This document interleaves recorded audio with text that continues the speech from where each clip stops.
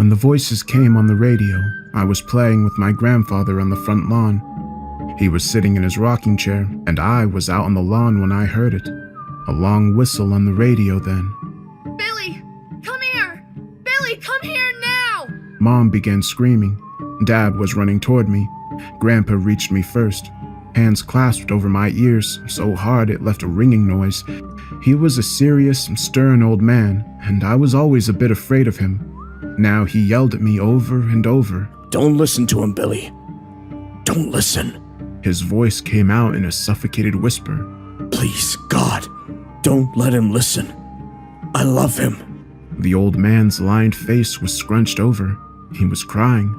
I began to cry too. I could hear my mom and dad screaming in the distance, long, horrible wails. I thought they were going insane. "I love you, Billy. Don't you leave us. I love you." We stayed like that for a bit, grasping each other. When he let go, it was quiet outside. On the porch, Mom was standing over the wrecked parts of the radio, a basketball bat in her hands. That was the last radio in our house. After that day, that old man and I were never close. He never said anything like that before or after. I wonder if he got embarrassed. That day, though, it scared him, and he didn't care.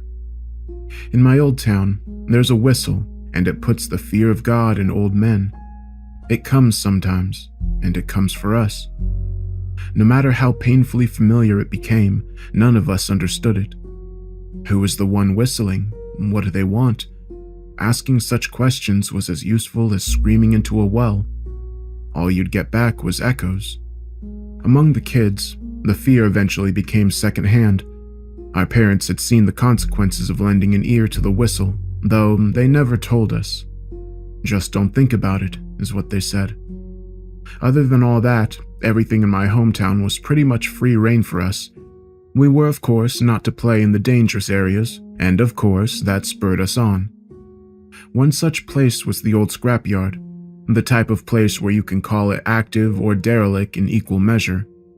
The favorite spot was a vast heap of warped metal frames at the very edge of the lot, disappearing into the woods, fit for summiting any dry day of the week. They might have been defunct pylons or something, but the strange lack of welds or rust suggested something more obscure. One Saturday, me and my buddy Alex were down in the scrapyard at the stroke of noon, ready as ever to clamber up the perilous heights of the Metal Mountain. At first, we called it Iron Mountain, but the name didn't quite fit. The old framework was made of something we couldn't quite put our finger on. We were boys, yeah, but we weren't entirely careless. At least, I wasn't. I made sure to bring carabiner belts for each of us to wear, though I think it was just too tedious to clip, unclip, clip our way up the whole time. Alex, my more nimble counterpart, clambered up a ridge on the heap like a bona fide chimp. All I could do was suggest using the safety clips, not enforce it. "Race you to the peak!" he yelled without even looking back at me. It was irresponsible, but damn if his energy wasn't contagious. I followed suit, choosing to clip on only when I needed. I was so focused on my footing, I didn't notice Alex was gone until taking a breather and looking up. There was nothing but motionless metal wreckage around. "Alex?" The only reply was my own echo. I went to shout again when I heard him call out from somewhere about 20 feet above. Alex crawled out of a gap in the metalwork. He beckoned me to follow. I jumped down with a hollow thud into what looked like an old cargo container. Whoa, has this been here the whole time? Flakes of rust hung lazily from its corrugated walls, framing a gloomy image of Alex beside a dusty table and a peeling green fold-up chair. "Well, it didn't just appear overnight, did it?" Alex scoffed. "What do you think? New base of operations?" He turned to the scant tabletop. Its only residents were an old-fashioned radio and some kind of microphone or transceiver. "I don't know, man. It's a bit depressing in here, but with some decoration." I trailed off as Alex fiddled with the radio dials. A dim blue display flickered to life and the radio hissed out static. "Dude!" Alex yelped while adjusting the frequencies. "My dad used to have one of these. If we get walkie-talkies, we can..." A sudden hush replaced the static. Then a low, almost inaudible buzz. underlying another sound emerging from the radio waves. Then we heard it. "Ears! Cover your ears!" I screamed, slapping my hands over my drums with such force it sent a painful compression down my ear tubes. I looked back over to Alex. My stomach felt as if it plummeted 10 stories. His arms swayed limply by his sides, his eyes locked on the radio. I'm not sure exactly what happened in that moment. The next thing I remember was kicking the radio onto the floor, hands still clamped around my head, then stomping it into scattered pieces. That brief span couldn't have been more than 10 seconds. I grasped Alex by the shoulders and spun him around. His limbs felt stiff, but his eyes are what stick with me to this day. They were murky, churning mist in their depths. The eyes of an old dog. The shine was gone too. Like every molecule of moisture vanished, leaving his eyes matte and dull. I shook him. When that didn't work, I slapped him. Nothing. Alex just stared vacantly at a distant point. Adults. Need to get adults. I croaked through the hard lump in my throat. Without a word, I pulled myself up and out from the belly of the metal mountain and flew down the beams and bars with reckless abandon. I had to walk around the scrapyard for a few minutes until a single bar of service popped up. I phoned my dad without hesitation. "Dad, I'm at the scrapyard. Alex, he heard it." "Wait right where you are. I'm coming." There was nothing else that needed to be said.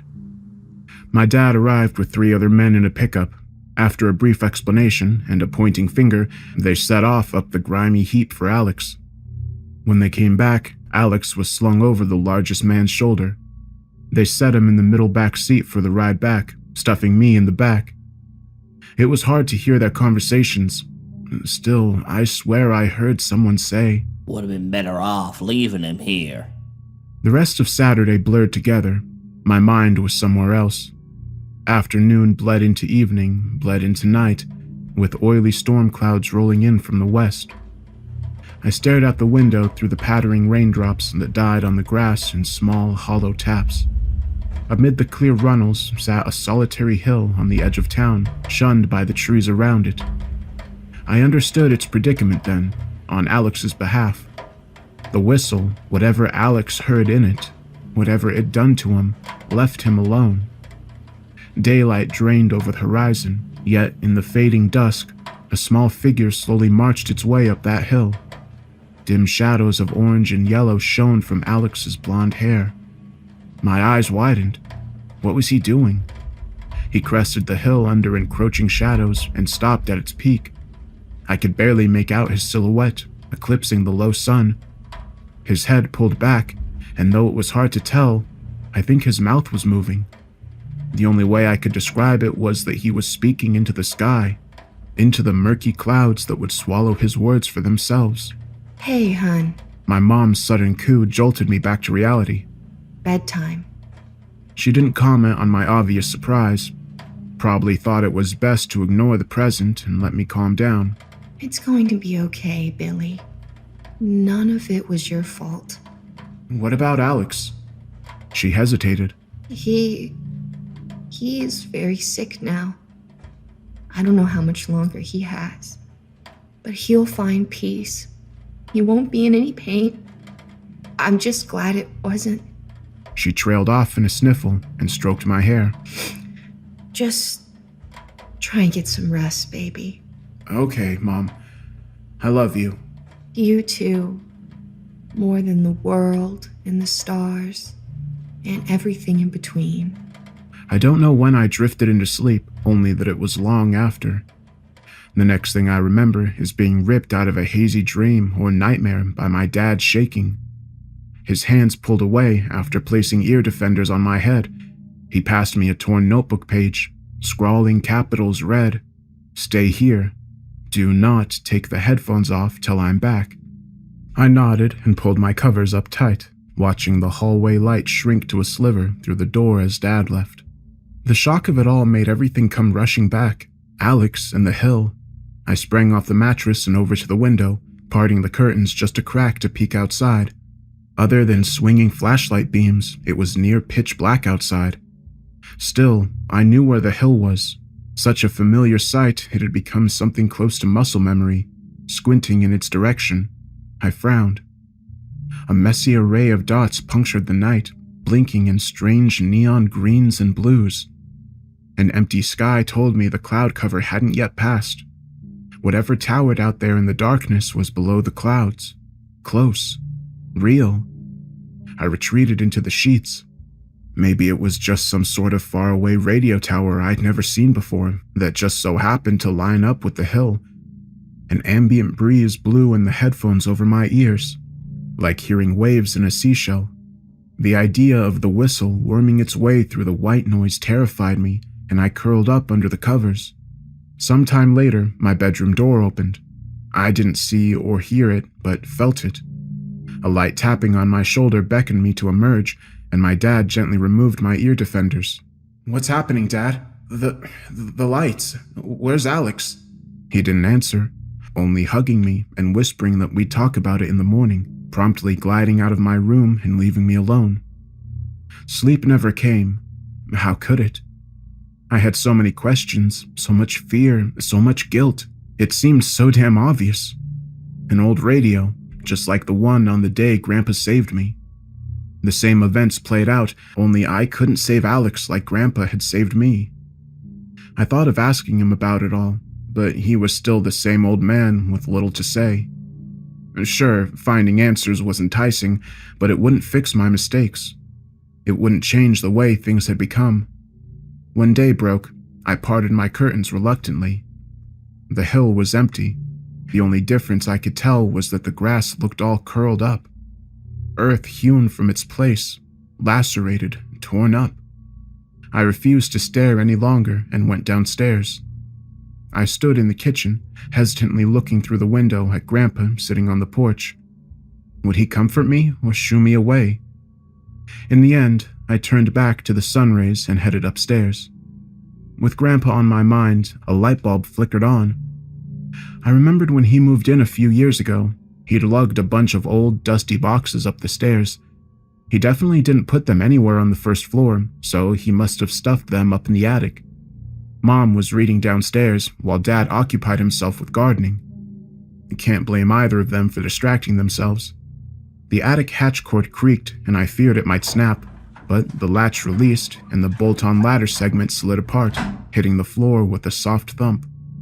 I climbed up the cold rungs and had to stifle a cough after inhaling the stale, dust-choked air. I spent some time searching the forgotten corners and behind low roof joists until a stack of beaten cardboard boxes caught my eye. There wasn't any writing on them, no name or dates, with their split edges and sagging corners. I got the impression they were what I was looking for. The boxes held bundled stacks of papers, some faded photo albums, and the treasure of my hunt, a leather-bound diary. The spine cracked as I flicked through its pages. Most of the contents were mundane, everyday life, until I stopped at a series of late May entries from '72. This is what they said. May 23rd, 1972. I need to get it out because if I don't, I'm scared that I'll forget it.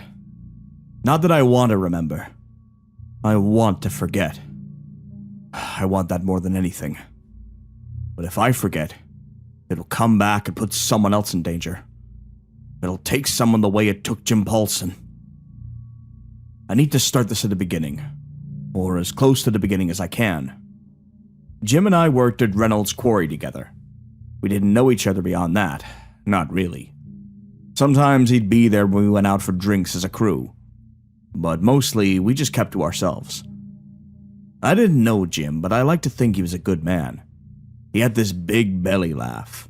No matter how bad the joke was, he'd give a chuckle and slap his knee and tell you, "You're funnier than Bob Hope." I think he was married. Yes, his wife was named Regina. They had 3 kids with another along the way. I should call her. Have Cecilia send over a casserole or something. No woman should go through what she's going through right now. Lillian Pierce worked for the quarry too. The secretary. We all called her Nurse Lily because she was in night school for nursing. She'd also patch us up when we got hurt. I think some of the men came to her with bumps and bruises that didn't really need looking at. But she was professional about the whole thing. Always had a smile and a kind word. Always sent you back to work feeling great. I always wondered why Nurse Lily wasn't married. She was still young, only 30. I know people who would have called her an old maid, but she had time. Her whole life was laid out in front of her.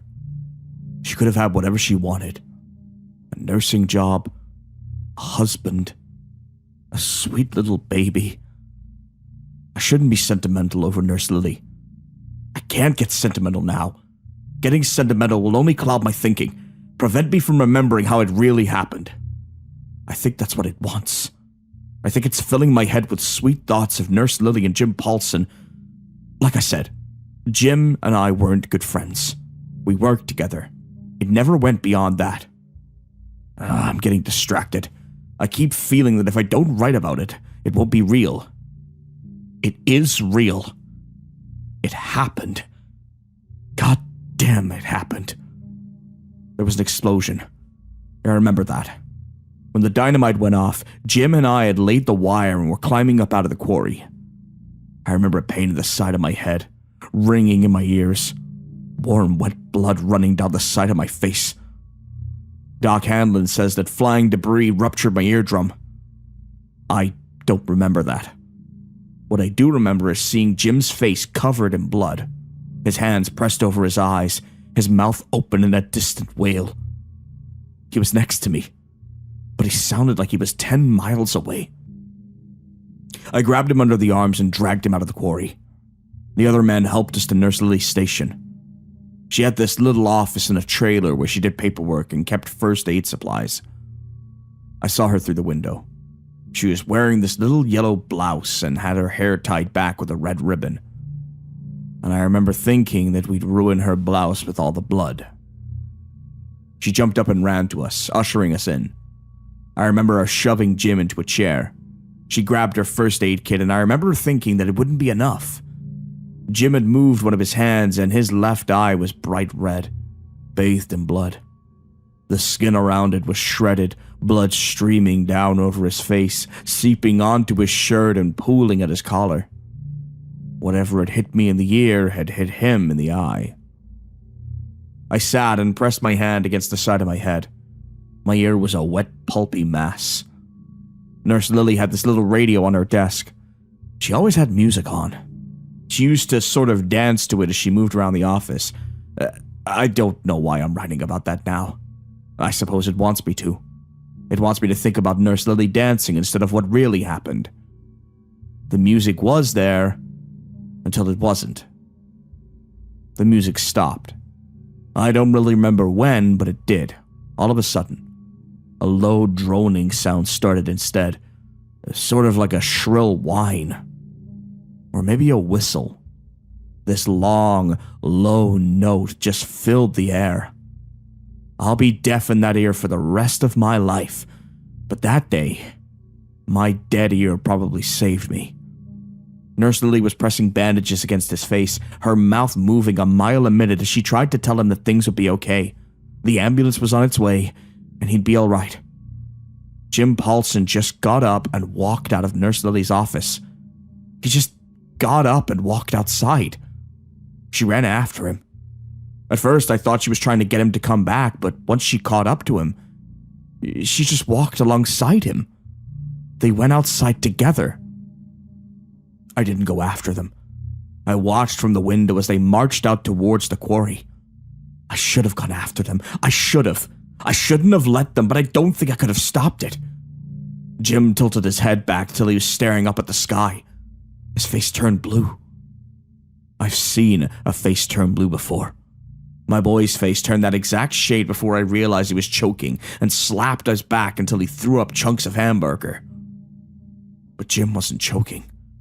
His skin glowed like the fuzz you see on the TV when the rabbit ears need to be adjusted. It was so bright. So bright. I covered my face, but I could still see it. Jim's mouth opened, and a long, thin wire sprouted up like a vine snaking up through the dirt. The wire was black and thin, barely visible. Little satellites budded along it, blooming like obscene iron flowers. My teeth began aching then, It felt like the fillings were trying to get out of my back teeth. I remember thinking that mine wanted to grow and stretch like his. I swear I felt the metal wiggling. I think I was screaming. More wires were starting to grow out of Jim's head. They sprouted from his ruined eye sockets. I didn't notice Nurse Lily. Not at first. She bolted, running forward and clawing at her face. Her pretty face. Wires were growing up out of her eyes and nose and mouth, stretching up towards the sky. She stumbled forward, clawing and scratching, trying to pull the wires out of her skin. I didn't realize how far away she was. I should have run after her. I should have found a way to stop her. I was so focused on the metal worming up out of her flesh, I didn't fully realize that she was running for the quarry. She threw herself into it. I think maybe she knew what was happening. She knew that something was inside of her, tearing through her flesh in an attempt to get out, violating her from the inside out. She knew that there was no hope. So she did what Jim Paulson couldn't bring himself to do. She threw herself into the quarry and ended it. God help me. I should have stopped her. I should have saved her. She had her whole life left to live. I can't think that way. Not after what happened to her face. That metal was rooted somewhere deep inside of her, ripping its way out. Maybe if it had just been the metal, things would have been alright. But it wasn't just the metal and the wires. There was something else. Something took over Jim Paulson. Something made him different. Something reached into him, yanked out his soul, and took over his body. That's what I tell myself anyway. The alternative is worse. Because the alternative is that Jim was still in there, watching as the metal monstrosity piloted his body. He looked so relieved at the end. God forgive me for not helping. God forgive her. They say suicide is a sin, but I think God will forgive Nurse Lily.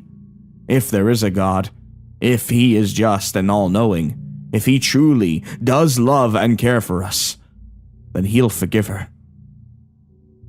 But I know, deep down, that if such a God exists, he never would have let it happen in the first place.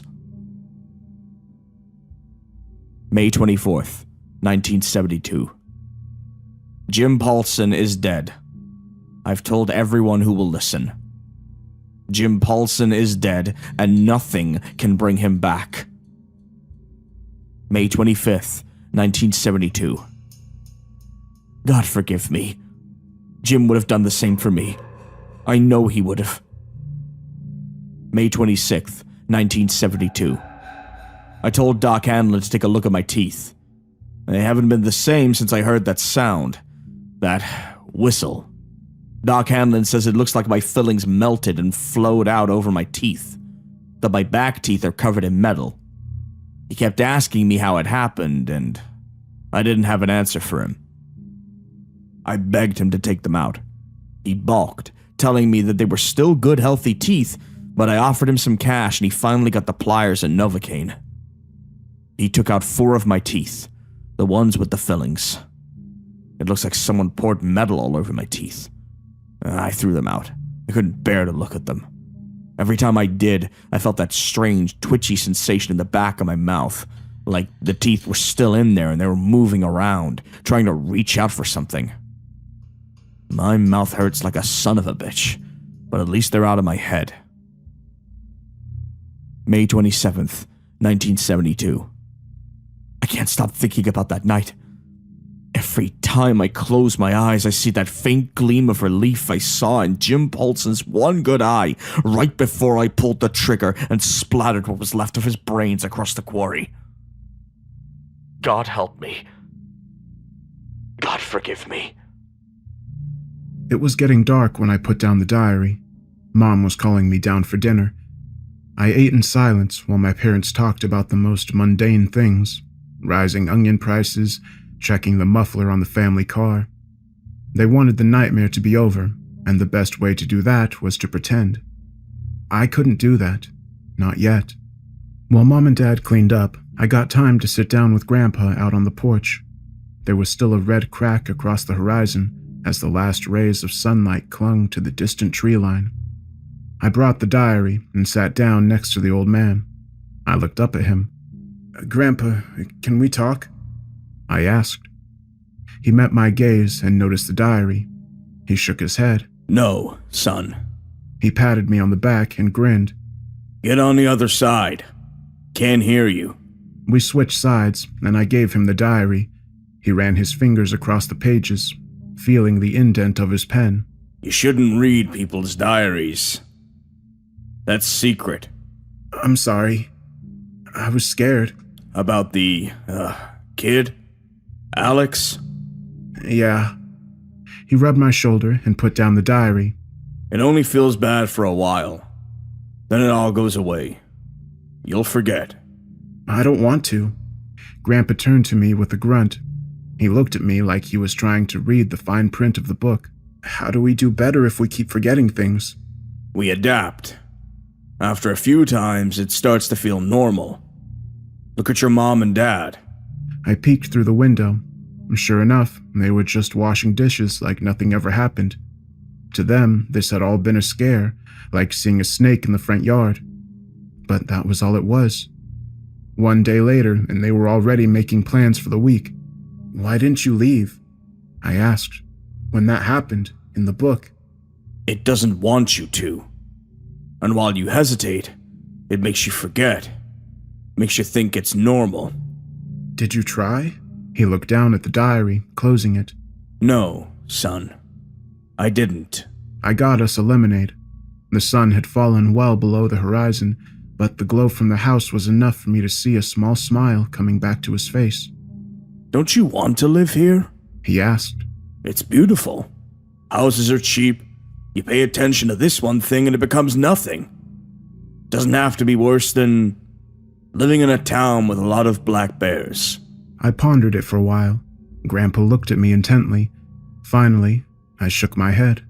"Bears just eat you. They don't kill what makes you into you, like with Jim." Grandpa nodded, sipping his lemonade. Fair point." Mom called me back in to help with the laundry. Grandpa stayed out, running his hands across his diary. His smile was fading. Maybe thinking about Jim for the first time in years dislodged something in his mind. I did my chores, read some comic books, and tried my best to think about something else for a while. By the time I got in bed, my parents were convinced I'd forgotten about the whole thing. Maybe they had, but I hadn't. As Mom tucked me in, Grandpa came up to say goodnight. Mom left us alone for a moment. As she closed the door behind us, he sat down next to me and rubbed my hair. "I know you're scared. If you could leave this town, would you?" "I don't know." "This is important, son. If you stay too long, and if this becomes too normal, you'll stay forever. Right here with mom and dad and all the pretty girls in school. And all these nasty nightmares will fade." "But they'll still be there, right? Even if I don't remember them?" Grandpa sighed and squeezed my hand. "Yeah, they will." "Then I guess I'd want to leave." "Even if it's just you? Even if you have to leave mom and dad and school behind?" Even in the dark, I could see the glint in his eyes. What he asked wasn't just a hypothetical. This was something consequential. Still, thinking back on Alex and how easily people forgot about him, the answer was simple. I could never live here, knowing that death was just a whistle away. And knowing I could one day be okay with it, well, that's terrifying. "Yeah," I said. "I want to leave." "Then we'll fix that. Tomorrow, all right?" "All right." I barely slept that night. There were too many questions running through my mind. I kept thinking about the diary and the vivid imagery that Grandpa painted. I thought about the look on Alex's face after he heard the whistle. I felt the surge of anger in my chest when I smashed that radio. There were so many emotions brewing under my skin, and I couldn't keep track of what to feel. So instead, I just lay awake, shaking, hoping to feel some rest before dawn. By morning, I'd gotten about 3 hours of sleep. Dad went to work, and Mom took me grocery shopping. At lunch, she went out to meet some of her friends, and I got to stay with Grandpa for a few hours. I didn't mind. Grandpa and I went to the park. We found a quiet bench overlooking a duck pond. We just sat there for a while before he handed me an envelope. You know the bus stop at the north side? The one past the malt mill? I nodded, tracing the edge of the envelope. It had an elegant "To William" text written on the front. There's a bus that goes by there every midnight. And you can get on that bus and never look back. Where would I go? He handed me a crisp $100 bill. An old friend of mine can meet you at the end station. But do you really want this? Do you really want to leave? The ducks played in the pond, quacking contently. The wind made the reeds whistle a subtle tune. Yeah. Then tonight, you go to that bus. You don't tell a soul about it. You just go, and don't look back. Take your bike, and keep your ear defenders on until you step foot on that bus. Will the whistle let me leave? It will. How? Grandpa gave me a handful of unsalted oats for me to feed the ducks with. I was swarmed by a dozen happy birds, and still the reeds whistled. You know when a predator is the most vulnerable? No. When it eats. So to get it to look the other way, and for you to get out, it has to eat. I don't get it, It's all there. Grandpa said, tapping the envelope. Don't read it until you get on that bus. Are you coming with me? I can't, son. He smiled. No one can. The day went on as any other. Mom made meatloaf. Dad fell asleep reading the newspaper. It was my time to do the dishes, and I did them better and more thoroughly than I'd ever done before. Everything had this finality to it. I had hidden Grandpa's letter and the $100 bill in a textbook. I'd stuffed it in my backpack. Later that evening, as I was getting ready for bed, this burning anxiety crept up on me, the same way I felt when my mom used to tell me I could get a single toy from the store. I could never confidently pick one, and this was the same thing. I didn't know what would happen, and I didn't know what would be the best thing to do. Then again, the choice had already been made. The envelope was right there. I'd never really been close to my grandpa up until now, and having him do this for me, whatever it was, seemed like the right thing. So when the clock struck 11 p.m., it was time to go. I used the bathroom, filled up a plastic bottle of water, packed my 2 favorite shirts, and snuck out the door with my ear defenders snug and safe. I got on my bike and followed a side road downtown. From a distance, I could tell something wasn't right. There were too many lights on. This wasn't the kind of town with an active nightlife, except on New Year's Eve. A few cars passed me by, breaking the speed limit. One of them went by so fast I couldn't see who drove it. All I could see was a cracked side window and a tendril whipping back and forth like a wounded eel. There was a woman screaming. I didn't hear her, but I saw a wide-open mouth with a protrusion. Seconds later, I saw the taillight disappear into a ditch, more cracked windows, something red. I got closer to town. I noticed that it wasn't intense midnight lights that I had seen. It was fire. I thought about what Grandpa had said, that a predator is at its most vulnerable when it's feeding. This was the feeding. This is what it looked like. The entire downtown area losing their minds. I kept moving forward, keeping my eyes on the road. Even so, there were some things that were impossible to look away from. The white tires of my bike were stained with blood, leaving a trail behind. I kept coughing from the smoke. The body of the guy who owned the hardware store was kneeling in the middle of the street, having set himself on fire. His neck was almost a foot too long. His mouth was wide open towards the sky. I could see 2 people fighting in a parking garage, one of them beating the other with a meat mallet. They were a tangled mess of clothes and blood, and I couldn't see which one was doing what, but I could see they had a total of 5 arms. People had been rushing for their cars. Some didn't make it.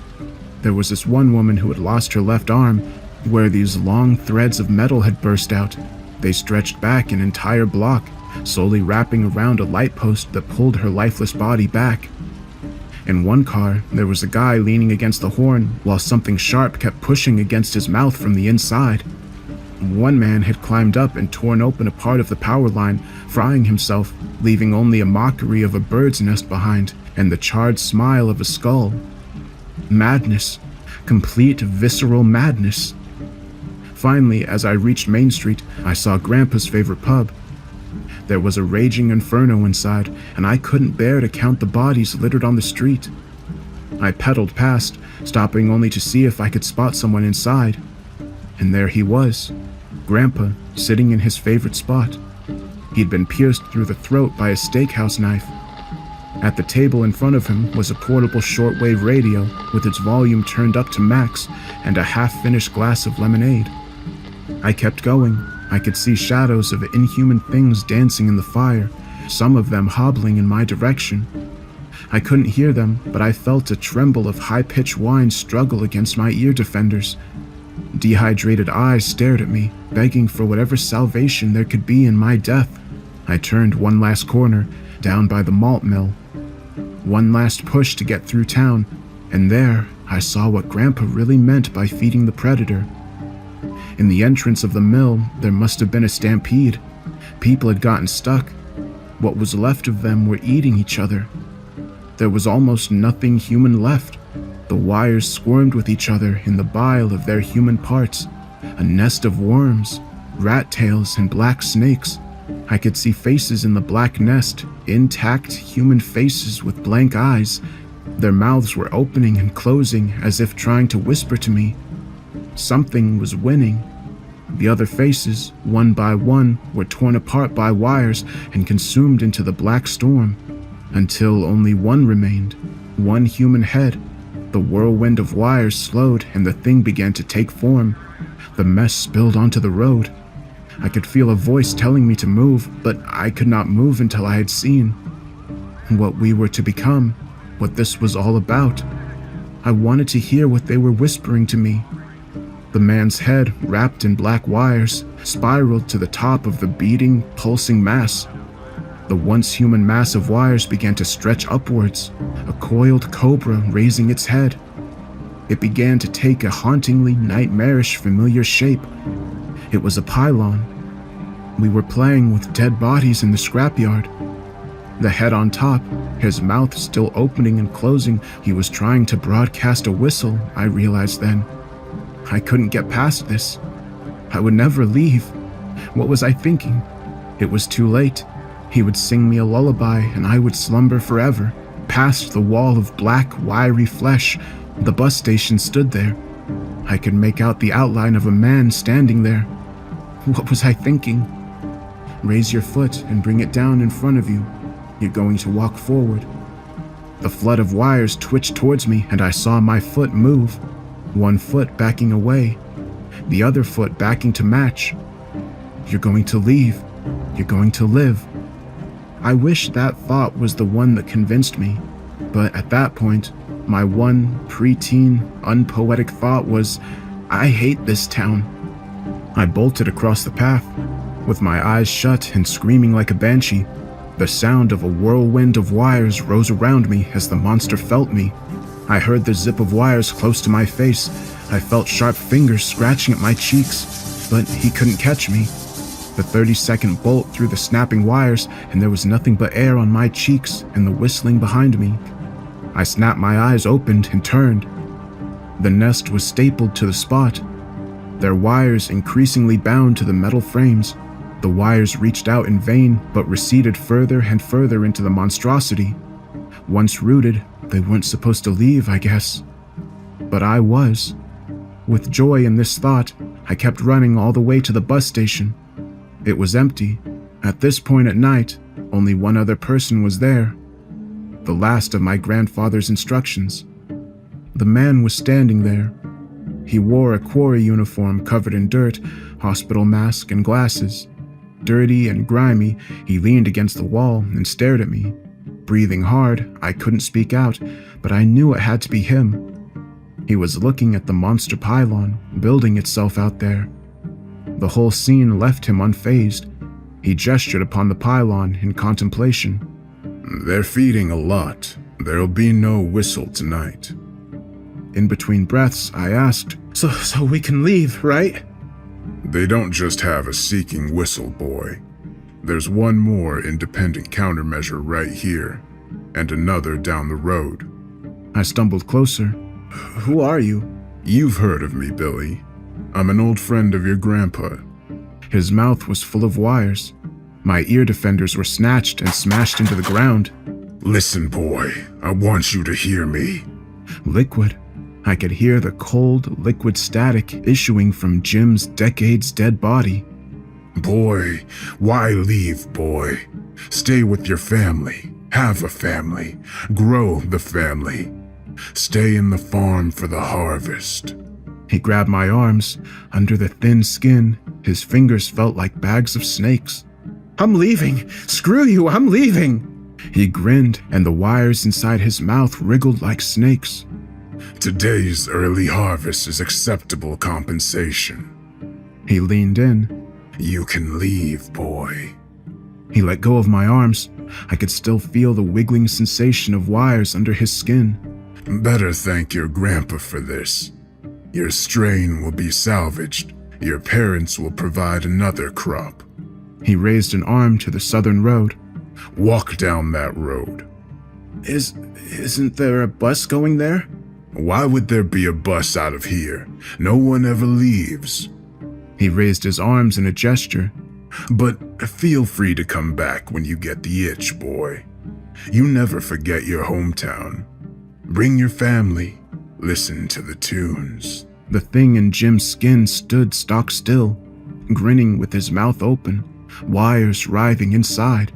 He was like that when I left the station, even as I looked back constantly to make sure. That was the last conversation I had in my town. Down the street, I found what I expected out there. A maze of ruined, burned cars blocked the streets. Some had their roofs ripped open as something emerged. Others still had half-formed wires and meshed with bones and vacationing clothes. The radios inside all looked dead and burned out. Still, I got off the road and headed into the wilderness, not rejoining till the sun rose and the road was empty. I was the only thing moving on that road. I wonder if I was the last.